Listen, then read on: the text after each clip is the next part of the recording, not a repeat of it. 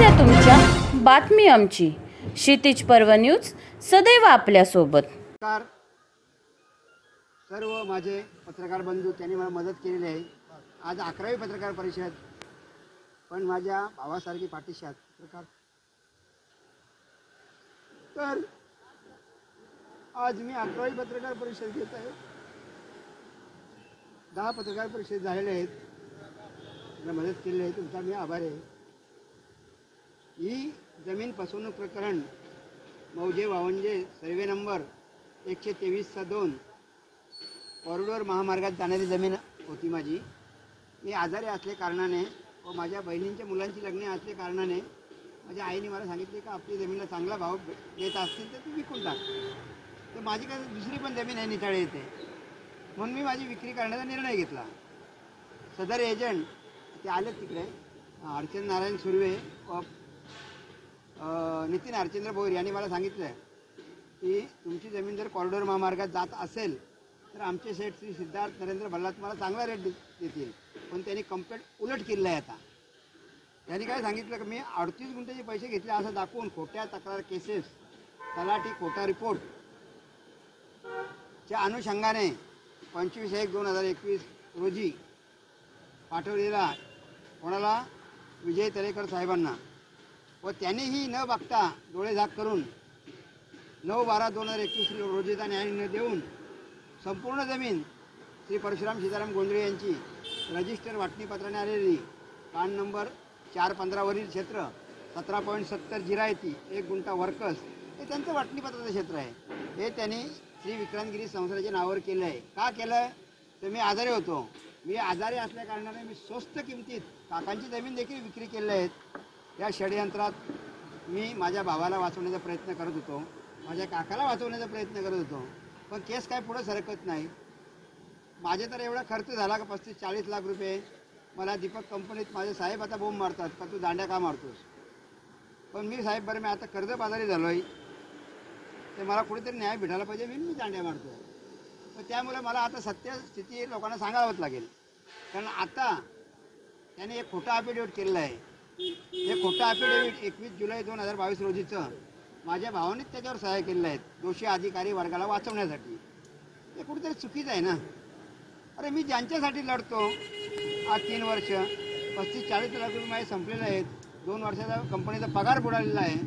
मी आजारातून बरं झालेलं आहे. त्यांनी काय केला, अजून एक वाढीव सातबारा केलेला आहे काकांच्या नावाने. एवढं समजायला पाहिजे. त्याची मुलं पण शिकलेले आहेत. 3 मुलं आहेत त्याची.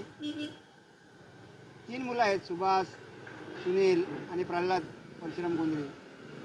आता प्रल्हाद तर इकडे नव्हता, पण हे सुनील सुभाषला लोक सांगतात तर आमच्या गावातला एक नतभ्रष्ट माणूस आहे, त्याच्या सांगण्यावरून त्यांनी चुकीच्या लेखी पुरुषावर सही केली आहे. हे माझं पक्कं मत आहे. कारण चुकीची लेखी पुरुष काय सांगतं, 19 हिस्स्याचे क्षेत्र नामदेव शंकर गोंधळे यांनी 0.1935 या खरेदी खताने विक्री केली आहे. म्हणजे किती चुकीचं. तरी पण त्यांनी तहसीलदार विजय तळेकर साहेबांनी ती नोंद मंजूर केली. का मंजूर केले तर त्याचा उल्लेख आहे. कशाचा उल्लेख आहे, चुकीच्या लेखी पुरुषीस व तलाठी खोटा रिपोर्ट, गाव दप्तरी पाठवलेला. अरे काय काय काय शब्द वापरलेत त्यांनी. आणि नोंद मंजूर करून संपूर्ण 38.70 गुंठे जमीन. म्हणजे काकांच्या कप्रत्न कशात, हा कप्रत्न कशा मी आणलेला आहे, त्या कप्रत्न कशात बघा 2 आहे. त्यात खरेदी खत पान 16वर काय आहे, पावती पानावर की मी घेतलेले पैसे हे सर्वे नंबर 123 व हिस्सा नंबर 2चे आहेत. त्याबद्दल माझी कसली हरकत नाही.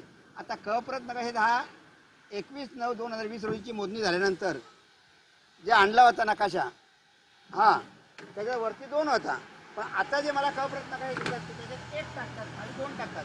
पण ते रजिस्टर वाटणीपत्राप्रमाणे नाही, वोट इश्यू होत नाहीत. हा मोठा फॅक्ट आहे.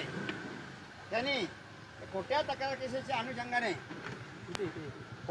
केसेसच्या अनुषंगाने तलाठी खोटा रिपोर्ट व मंडल अधिकारी संतोष कचरे यांनी या विवादग्रस्त प्रकरणात नोंद न घेता नोंद मंजूर केली आहे. त्याने काय सांगितले, मला आदेश आहे तहसीलदार साहेबांचा. म्हणजे तहसीलदारांनी मोठी लाच घेऊन खरेदी खात्यातील 5 ऑप्शन डावलेले आहेत. ते 5 ऑप्शन लिहून घ्या. म्हणजे तुम्ही येईल ते. पहिला ऑप्शन 10-39 पानावर काय आहे, एकूण क्षेत्र 38.70 गुंठेपैकी 19.35 गुंठे जमिनीचा विषय आहे. 1 11 पानावर काय आहे, सदर जमीन दैनिक सागरच्या नोटीसने श्री सिद्धार्थ नरेंद्र भल्ला यांनी घेतलेलं आहे.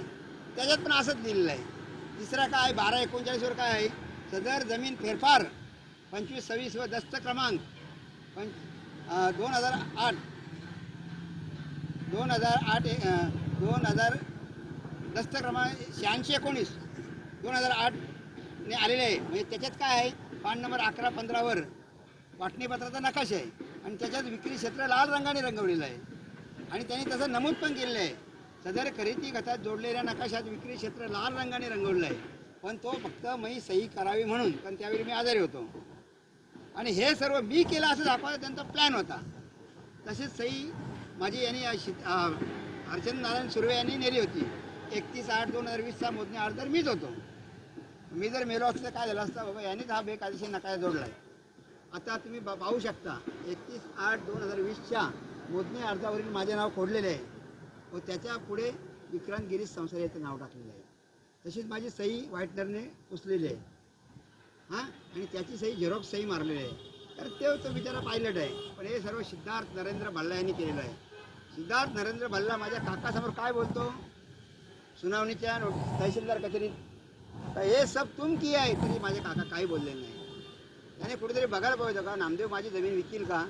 त्या काकांच्या 3 जमिनी मी नावावर केली 21 लोकांना आणून 21 लोकांना आणून, कारण ती जमीन आमच्या वडिलोपार्जित होत्या.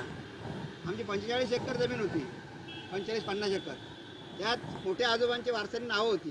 ते मी त्यांना समजावलं, बाबा मोठ्या आजोबांचे वारसांनी नावं आहेत तुमची, तुम्ही सह्या करा. त्यांनी केल्या. मी त्यांना 5-5, 10-10 हजार रुपये प्रत्येकाला दिले माझ्या बायकोच्या दागिने ठेवून.